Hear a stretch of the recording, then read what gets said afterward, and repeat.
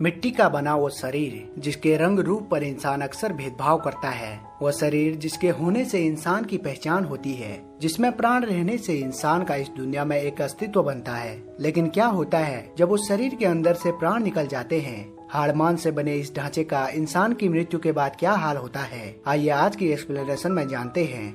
नमस्कार, हाजिर हूँ एक और नई कहानी के साथ। यह कहानी शुरू होती है और हम स्टीफन नाम के एक साइंटिस्ट को देखते हैं, जिसे कई लोगों द्वारा खबर मिली है कि कल रात की आंधी से पास के समुद्र के किनारे में एक बहुत बड़े जायंट इंसान का शरीर बहकर आया है। साइंटिस्ट होने की वजह से पहले तो उसे इस बात पर यकीन ही नहीं होता, लेकिन वहाँ से आ रही खबरों की संख्या इतनी थी कि स्टीफन से भी रहा नहीं गया और वो अपने साथियों के साथ उस किनारे पर चले गया। वहाँ जाने के बाद उसे खुद की आंखों पर यकीन ही नहीं हुआ। वह जायंट इतना बड़ा था कि उसकी सही उम्र का अंदाजा लगाना बहुत ही मुश्किल हो रहा था, लेकिन उसके चेहरे की बनावट से लग रहा था कि यह शांत और सभ्य नौजवान रहा होगा। उसके शरीर के आकार और बनावट को जांचने के बाद स्टीफन को यकीन हो गया था कि यह चीज वाकई अस्तित्व में है और इसकी अपनी दुनिया सच में कितनी विशालकाय होगी।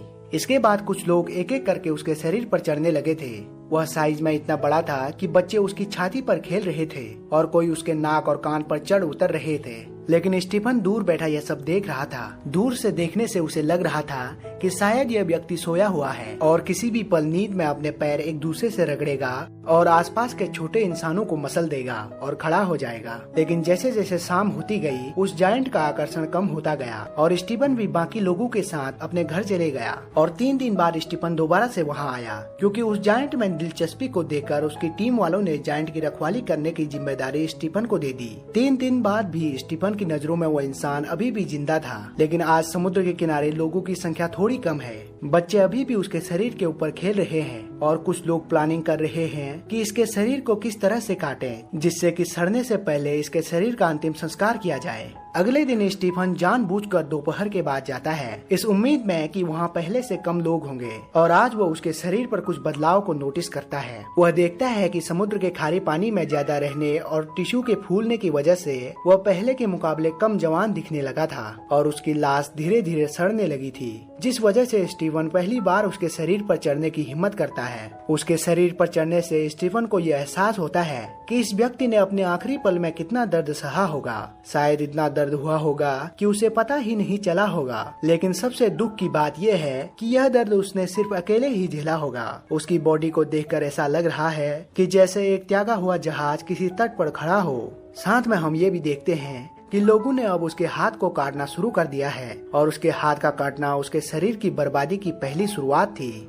अब धीरे धीरे उसके शरीर के बाकी हिस्सों को भी काटा जाने लगा। यह देखकर स्टीफन को लगता है कि इतना महाकाय शरीर होने के बावजूद भी इसके शरीर का जो अपमान हुआ, इससे मुझे यह जायंट और भी इंसान जैसा लगने लगा है, कमजोर और लाचार, जिसकी वजह से आसपास के छोटे इंसानों के मन में भी इसके प्रति कोई डर नहीं है। इसलिए वो लोग बिना डरे उसके शरीर की काट छांट कर रहे हैं और शरीर पर तरह तरह की आकृति बना रहे हैं। लेकिन स्टीफन को तब थोड़ा सा सुकून मिला जब उसने देखा कि उस जायंट का सिर हटा दिया गया है, जिससे कि अब किसी को भी उसके चेहरे की बेबसी और मासूमियत दिखाई नहीं देगी। कुछ दिनों बाद उसके शरीर में अब इंसानों जैसी कोई बात नहीं रही और उसके शरीर के बचे हुए कुछ आखिरी निशानों के खत्म होने के बाद दर्शकों की दिलचस्पी भी उस पर खत्म हो गई थी, मानो कि लोग अब इस घटना को भूल से गए हो। अब इस घटना को कुछ महीने बीत जाते हैं।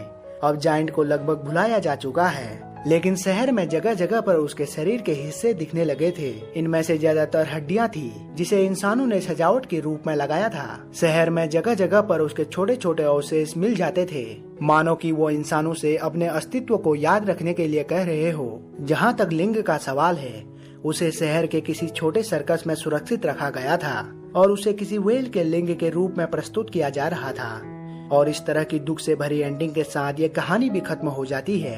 यह कहानी हमें सिखाती है कि इंसान को अपने इस मिट्टी के बने हुए शरीर पर ज्यादा घमंड नहीं करना चाहिए, क्योंकि यह शरीर भी हमारे मरने के बाद उस जायंट के शरीर की तरह मिट्टी में मिल जाएगा और कुछ समय बाद हमारे शरीर को भी भुला दिया जाएगा, लेकिन इंसानों के कर्मों को सालों तक याद रखा जाएगा। इसलिए इंसान को जिंदगी में अच्छे कर्म करने चाहिए। जैसे कि आप इस वीडियो को लाइक और चैनल को सब्सक्राइब करके अच्छे कर्म कर सकते हैं, जिससे कि आपको इस चैनल में हमेशा याद रखा जाएगा।